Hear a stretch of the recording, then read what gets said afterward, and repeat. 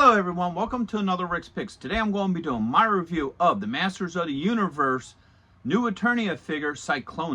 So what I'm going to do is I'm going to take a look at him in packaging, then I'm going to take a look at the figure and his accessories, and then I'm going to give you my thoughts on him. And just remember, if you do like this video, go ahead and check out my Masters of the Universe playlist and hit that like, share, and subscribe. They're all small clicks for you, but it really helps this channel grow. So without any further ado, let's get to the review. Alright, so here he is in packaging. I do like the packaging for him. So you get this really cool picture of him on the front. I really like that. You get him knocking out some, I don't know what that is, but it's kind of cool. It almost looks like a Skeletor, but with a goat's head. Here, let's look at that a little bit closer. So that's a neat looking character. I have no idea who that is. If anybody does know who that is, let us know in the comments, because he's a really cool looking, creature. Alright, so you have Sy-Klone here. Masters of the Universe, new Eternia. And then let's look at the top. Got Masterverse here. Bring it up close again. Got 30 points of articulation, age restriction, and Mattel. Right, spin it around this way. Get another look at that, weird goat-like Skeletor type creature, which is really cool. And then you have this vehicle here. Let's bring this up. There's a lot of cool stuff on this box. So you have this. I forget what it's called, but I know it's a vehicle that came out later in the Masters of the Universe line. So I'm wondering if that's a prelude to something that might be coming. So hopefully so. All right, spin it around this way. So you get this nice picture of the figure, a little bit about him, everybody that's part of his wave, and some of his play features. You also get the Mattel logo. Spinning around here, you get some pretty nice art. I kind of dig that. I like the look with the mask on. I'm really curious to see how that mask fits on him, because that looks really cool, to be honest with you. So, with that being said, let's open him up and see what he's about. If you're going to be in the Philadelphia area from September 7th and 8th, then you got to check out RetroCon 2024 at the Philadelphia Expo Center. They have lots of great tables and vendors selling all sorts of retro action figures and collectibles. Plus, they have guests, arcade games, contests, panels, and much, much more. In honor of 40 years of Transformers, they will have a 40-year anniversary display stand that you could take pictures with. Special guests will be including Anson Williams, who played Potsy in Happy Days, Don Moss, who played Ralph from Happy Days and also played Eric from Dungeons & Dragons, the cartoon. Actor Lee Majors will also be there, best known for playing the $6 Million Man and the Fall Guy. He was also in Ash vs. the Evil Dead and The Night the Reindeer Died. So not only do they have the $6 Million Man, but they also have Lindsay Wagner, the Bionic Woman. Greetings, Starfighter. Lance Guest will also be appearing, best known as starring in the movie The Last Starfighter, and also appearing in both Halloween 2 and Jaws the Revenge. And right next to him will also be Catherine Mary Stewart, best known for The Last Starfighter and also known for Night of the Comet and Weekend at Bernie's. Voice actor Michael Bell will also be there, known for being the voice of Duke, Prowl, and other iconic 80s characters. So next we have Townsend Coleman, best known for being the voice actor for the original Michelangelo, also the Tick, and in Transformers Animated. The tag team wrestling sensation, the Nasty Boys, will also be there. And after RetroCon, head on over to Arnold's, where you can see the rock band Cybernetic Spree. Hurry up and get your tickets now, because they sell out quick. So here he is out of packaging. I like the overall look to him. I think he has a really neat look to him. So first off, let's start with the rotation. So you get this side here. You get that side there, here, and then back to the front. So let's start looking at some of his, finer details. So let's bring them up close. All right, first off, I love the head sculpt. I love the overall look to his face. I like these blue lines on it. It really gives, a sense of character to his face. So I overall like that. I like how they did the dish on his chest. If I remember right, the original figure, I think it was a 3D sticker or something. But this looks really neat. You can see all the different nuances in there and what have you. So I really like that. I like this metallic look to him. I even like this translucent look on his shoulders here. I think that's really cool. So overall detail on him is really nice. I think he's actually a pretty good looking figure. So let's start looking at his points of articulation. So the head does move, all right.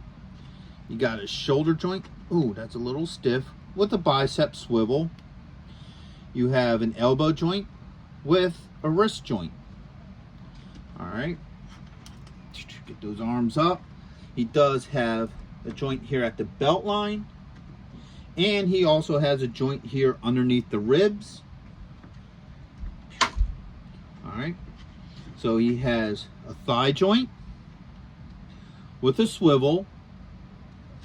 All right, bring him around this way. He has a knee joint, a swivel at the top of the boot. All right. And he also has an ankle joint. So a lot of these joints move very well. I don't have any real issues with any joints. Plus he also, let's bring him up close. He has this like rubbery skirt that kind of really works with him. It doesn't restrict the leg movement any whatsoever. So that's a neat point to point out about this figure.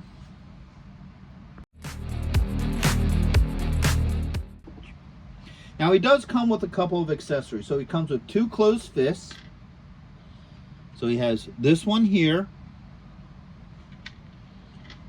And this one here. He comes with his face mask, his helmet. Okay. He comes with his shield. All right. And I like the detail on this. So you get like these little swirls. You get like the planetary stuff. It almost resembles his chest piece. So I kind of like that overall look to it. And then you get these, I guess they're like a flame effect. His original play feature with the figure was there's a thing that you spin in the back, and then his, you know, body would spin around like a Sy-Klone, and the arms would go up, and then he would spin. But these figures are more designed to be, you know, sitting on a shelf and looking good, so they don't have the play features like the original figures does. But these effects, you know, kind of gives you that feeling. So first off, we're going to start with the hands. Now, he has open hands, but they do not have anything to do with any of the accessories he comes with. They're probably there for if you want to swap weapons out with them, or if they ever come out with a weapon pack, you can put stuff in his hands, but they're not needed for his current accessories. So let's swap these hands out. Okay, that came off pretty easily. Put that one in. Let's take this one off. All right, put this one in. So the hands swapped out really easily. I don't have any issues with that. Now on either side of him, his wrists, he has these little holes here. So that's meant for these to sit in there like this. All right, so they sit in there really nice. So you could get like kind of that whirlwind effect. So if you have them like this or something, you know, you have that, you know, effect of him twisting around like he did in the cartoons, comics, and the original toy. So you can try to get that kind of effect with it. All right, so let's look at him up close. All right. Now, you can also put his shield on there too. So the shield has a little peg here. You can take these off, and you can put them on the shield like that. All right, and then the shield will just go on the wrist the same way. So now you can kind of give it like that flaming shield effect, which looks pretty cool. And you can also just put it right back on his back here too. So you can also put the shield on his back with no issues. Next is the faceplate. All right, that just slides right in there.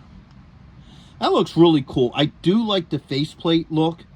I think that looks really neat.